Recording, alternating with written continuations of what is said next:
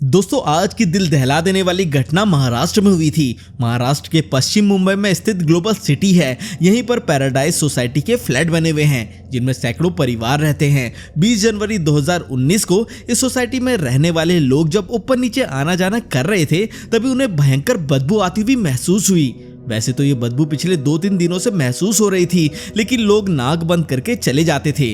उन्हें ये पता नहीं लग रहा था कि आखिर वो बदबू आ कहां से रही है। सोसाइटी के गार्डों ने भी इधर उधर देखा कि कहीं कोई जानवर, कुत्ता या बिल्ली तो नहीं मर गया है, पर उन्हें कुछ भी दिखाई नहीं दिया। लेकिन उस दिन बदबू असहनीय थी, जिसके कारण 20 जनवरी को लगभग 11 बजे के करीब सोसाइटी के सभी लोग इकट्ठा हुए और ये पता लगाने में जुट गए कि आखिर बदबू आ कहां से रही है। कुछ देर की कोशिश के बाद उन्हें पता चल गया कि बदबू और कहीं से नहीं बल्कि सेप्टिक टैंक के चैम्बर से आ रही थी। फिर उन लोगों ने किस फ्लैट की टॉयलेट का पाइप बंद है ये पता लगाने और उसे खुलवाने के लिए 2 सफाई कर्मियों को बुलाया। सफाई कर्मियों ने चेक करने के बाद पता लगा लिया कि सोसाइटी की सी विंग के फ्लैटों का जो पाइप सेप्टिक टैंक में आ रहा है वो बंद है।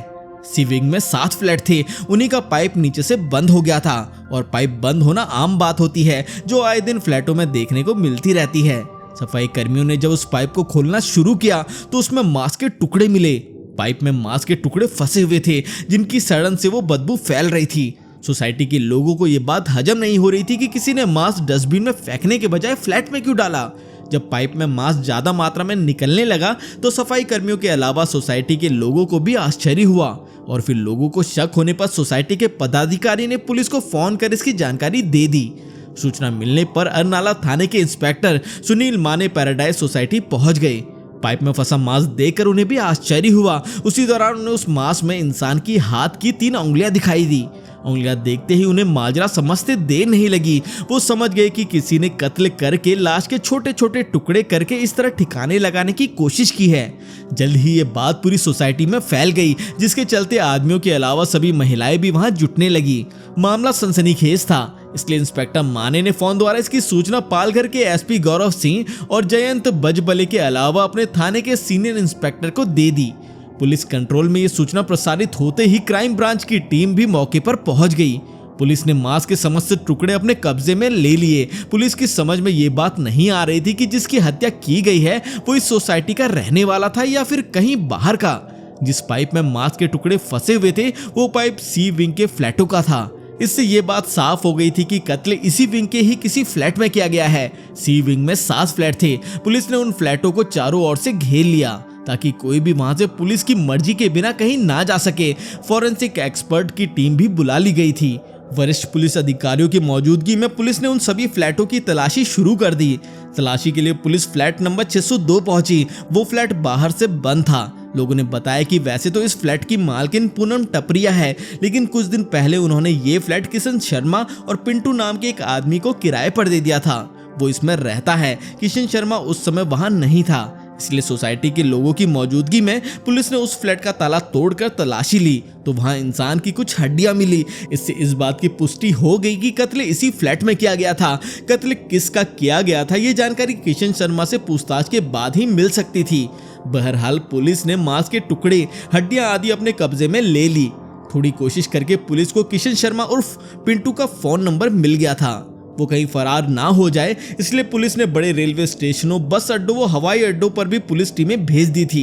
इसके अलावा सीनियर पुलिस इंस्पेक्टर घनश्याम अटाल ने किशन शर्मा का मोबाइल नंबर मिलाया।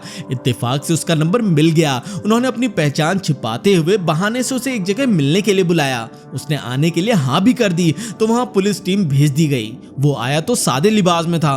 पुलिस कर्मियों ने उसे दबोच लिया। 40 वर्षीय किशन शर्मा को हिरासत में लेकर पुलिस थाने लौट आई। एसपी गौरव सिंह की मौजूदगी में जब उससे उसके फ्लैट नंबर 602 में मिली मानव हड्डी और मांस के बारे में पूछताछ की गई तो थोड़ी सी सख्ती के बाद उसने स्वीकार कर लिया कि उसने अपने 58 वर्षीय लंगोटिया यार गणेश विट्टर कोलट की हत्या कर दी थी। पुलिस ने मृतक के शरीर के अन्य हिस्सों के बारे में पूछा तो किशन ने बताया कि उसने गणेश की लाश के करीब 500 टुकड़े कर दिए थे। कुछ टुकड़े टॉयलेट में फ्लश कर दिए और कुछ टुकड़े ट्रेन से सफर के दौरान फेंक दिए थे। किशन के अनुसार उसने सिर तथा हड्डियां भयांदर की खाड़ी में फेंक दी थी। गणेश विट्ठल किशन शर्मा का घनिष्ठ दोस्त था। तो आखिर ऐसा क्या हुआ कि दोनों के बीच दुश्मनी हो गई। दुश्मनी भी ऐसी कि किशन शर्मा ने उसकी हत्या कर लाश का कीमा बना डाला। इस बारे में पुलिस ने किशन शर्मा से पूछताछ की तो इस हत्याकांड की दिल दहला देने वाली कहानी सामने आई। किशन शर्मा सांता क्रूज इलाके की राजपूत चौल के कमरा नंबर 4/13 में अपनी पत्नी और 2 बच्चों के साथ रहता था। उसने मुंबई विश्वविद्यालय से मानव स्वर रचना एवं किसान क्रिया विज्ञान में सर्टिफिकेट कोर्स किया था, लेकिन अपने कोर्स के मुताबिक उसकी कहीं नौकरी नहीं लगी तो वो शेयर मार्केट में काम करने लगा। करीब 8 महीने पहले उसकी मुलाकात थाने जिले के मीरा रोड की आविष्कार सोसाइटी में रहने वाले गणेश विट्ठल कोलटकर से हुई, जो बाद में गहरी दोस्ती में तब्दील हो गई थी। गणेश की अपनी छोटी सी प्रिंटिंग प्रेस थी।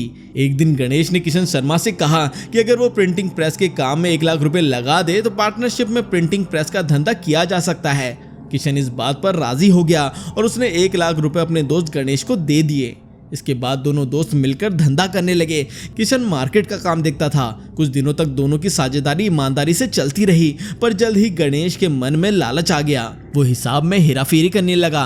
किशन को इस बात का आभास हुआ तो उसने साझेदारी में काम करने से मना करते हुए गणेश से अपने 1 लाख रुपए वापस मांगे। काफी कहने के बाद गणेश ने उसके 40,000 रुपए तो वापस दे दिए, लेकिन 60,000 रुपए वो लौटाने का नाम नहीं ले रहा था। किशन जब भी बाकी पैसे मांगता तो वो कोई ना कोई बहाना बना देता था। वो उसे लगातार टालता रहता था। इसी दौरान किशन को सूचना मिली कि गणेश 56 साल की उम्र में शादी करने वाला है। इस बारे में किशन ने उससे बात की तो गणेश ने साफ कह दिया कि अभी उसके पास पैसे नहीं हैं, पहले वो शादी करेगा, इसके बाद पैसों की व्यवस्था हो जाएगी तो दे देगा। गणेश की ये बात किशन को बहुत बुरी लगी। वो समझ गया कि गणेश के पास पैसे तो हैं, लेकिन वो देना नहीं चाहता। लिहाजा उसने अपने दोस्त को सबक सिखाने की ठान ली। उसने तय किया कि वो गणेश को ठिकाने लगाएगा। योजना बनाने के बाद उसने विरार क्षेत्र की पैराडाइज सोसाइटी में फ्लैट नंबर 602 किराए पर ले लिया। वो फ्लैट पूनम टपरिया नाम की महिला का था। किशन कभी कभी अकेला उस फ्लैट पर सोने के लिए चला जाता था। योजना के अनुसार 16 जनवरी 2019 को किशन शर्मा अपने दोस्त गणेश विट्ठल कोलटकर को लेकर पैराडाइज सोसाइटी के फ्लैट में गया। फ्लैट में घुसते ही किशन ने उससे अपने 60,000 रुपए मांगे। इस बात पर दोनों के बीच झगड़ा हो गया। झगड़े के दौरान किशन ने कमरे में रखा डंडा गणेश के सर पर मारा। एक ही प्रहार में गणेश फर्श पर गिर गया। कुछ ही देर में उसकी मौत हो गई। गणेश की मौत हो जाने के बाद किशन के सामने सबसे बड़ी समस्या उसकी लाश को ठिकाने लगाने की थी। इसके लिए उसने assistant police inspector Ashwin Bidre गोरे की हत्या से संबंधित जानकारी इकट्ठी की ताकि पुलिस को आसानी से गुमराह किया जा सके। उसने यूट्यूब पर भी डेड बॉडी को ठिकाने लगाने की वीडियोस देखी। उनमें से उसे एक वीडियो पसंद आया जिसमें लाश के छोटे छोटे टुकड़े में काट कर उन्हें ठिकाने लगाने का तरीका बताया गया था। कि तरीका उसे आसान भी लगा क्योंकि वो मानव शरीर रचना एवं क्रिया विज्ञान की पढ़ाई कर चुका था। इसके लिए तेज धार चाकू की जरूरत थी। किशन शर्मा सांता क्रूज इलाके की एक दुकान में बड़ा सा चाकू और चाकू को तेज करने वाला पत्थर खरीद लाया। फ्लैट पर पहुंचकर किशन शर्मा ने सबसे पहले गणेश विट्ठल कोलटकर की लाश का सर धड़ से अलग कर उसे एक पॉलिथीन में रख लिया। इसके बाद उसने लाश के 500 से अधिक टुकड़े कर दिए। शरीर की हड्डियां और पसलियों को उसने तोड़कर अलग कर लिया था। वो मांस के टुकड़ों को टॉयलेट की फ्लश में डालता रहा। सिर और हड्डियां उसने भयंदर की खाड़ी में फेंक दी। कुछ हड्डियां उसने पॉलिथीन की थैली में भरकर ट्रेन के सफर के दौरान रास्ते में फेंक दी थी। उसका फोन भी उसने तोड़कर फेंक दिया था। उधर गणेश विट्ठल कई दिनों से घर नहीं पहुंचा तो उसकी बहन अंधा गोखले परेशान हो गई। उसने भाई को फोन करके बात करने की कोशिश की, लेकिन उसका फोन बंद मिला। फिर वो 20 जनवरी को मीरा रोड के नया नगर थाने पहुंची और पिछले 4 दिनों से लापता चल रहे भाई गणेश विट्ठल की गुमशुदगी की रिपोर्ट दर्ज कर दी। पुलिस ने किशन शर्मा से पूछताछ के बाद गणेश विट्ठल का सर बरामद करने की कोशिश की, लेकिन वो नहीं मिला। अंततः जरूरी सबूत जुटाने के बाद आरोपी किशन शर्मा को न्यायालय में पेश कर जेल भेज दिया। कहानी लिखे जाने तक पुलिस मामले की तफ्तीश कर रही है। तो दोस्तों, आपकी इस केस पर क्या राय है, हमें कमेंट करके जरूर बताएं। अगर आपको आज की हमारी ये वीडियो पसंद आई तो इसे लाइक और हमारे चैनल को सब्सक्राइब करना बिल्कुल ना भूलें। तो मिलते हैं अगली वीडियो में।